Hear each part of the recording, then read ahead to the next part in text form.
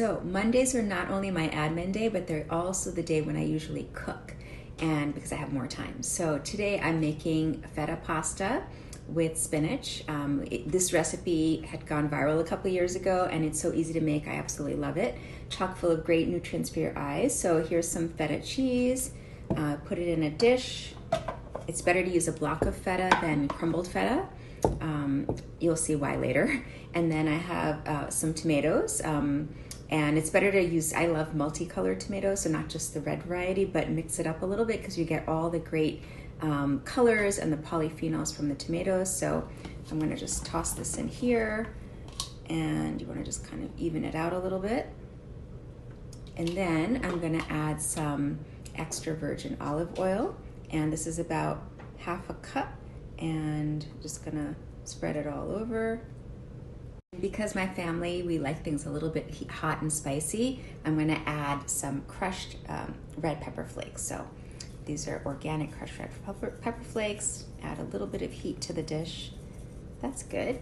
And next, I'm going to take this, put it in the oven, bake it for 30 minutes at 400 degrees Fahrenheit. Then you're going to start to see the feta blocks start to get a little bit soft, and then you're going to increase the heat to 450 for another 15 minutes, and then it's going to get nice and brown.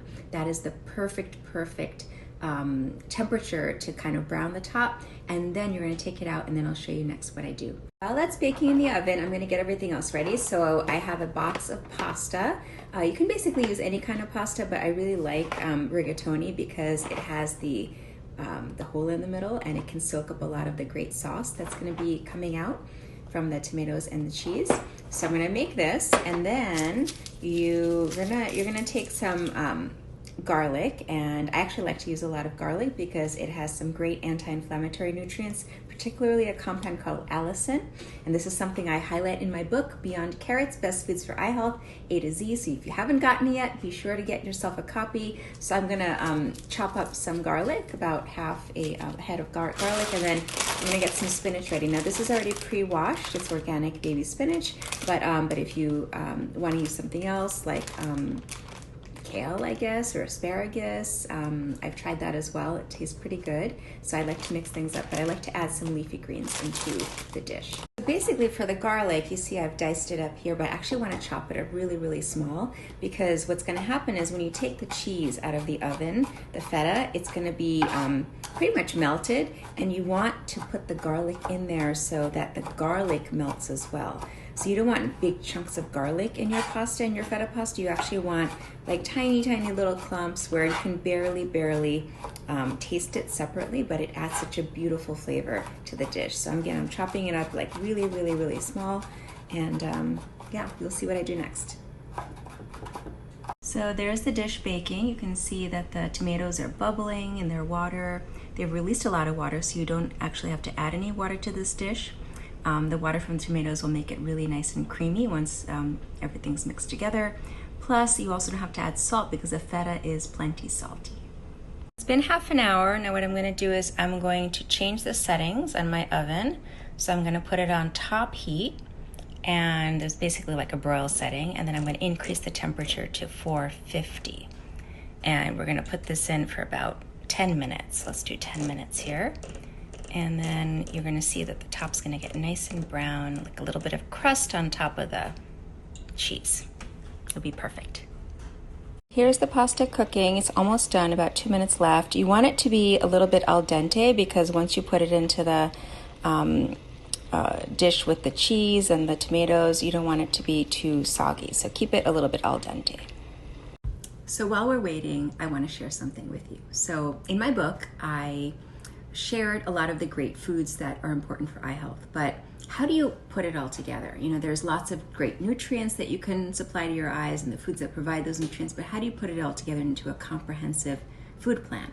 Well, one of the main things I always talk about is eating lots of color in your diet.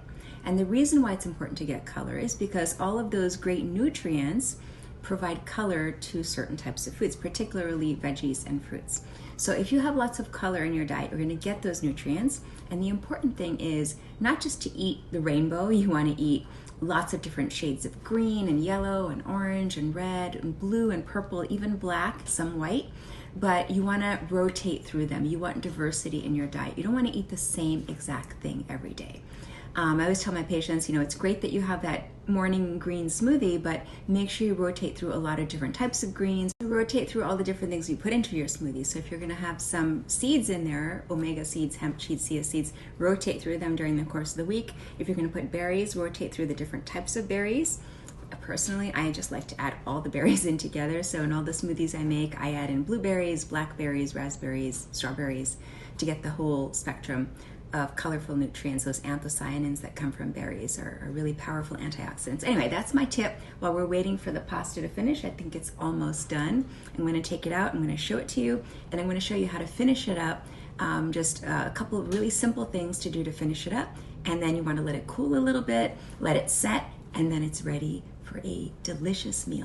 All right, so it wasn't recording earlier, but anyway, what I did was I added in the garlic. It was really finely chopped, so it melted with the cheese, and then I added in the spinach. So sorry you missed all that, but technology, you can't always win.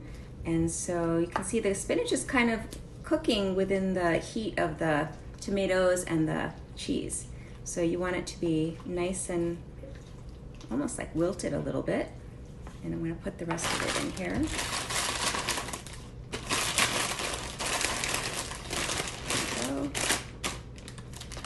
Mix it up really nice, and then once it's mixed, then you're going to put the final touches on it. So remember the pasta. Yeah, don't forget the pasta.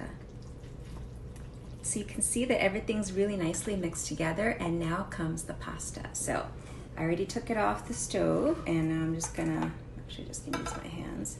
My hands are clean, by the way. I'm gonna put it in here, put half of it in, mix it, and then put the rest in and mix it some more.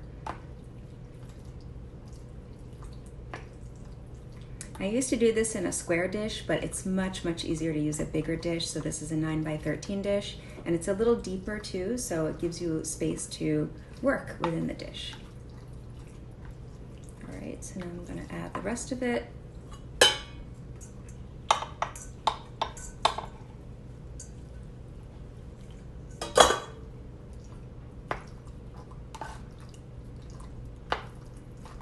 Here we go, baked feta pasta with spinach and tomatoes, and I'm just gonna garnish with some basil on top, fresh basil.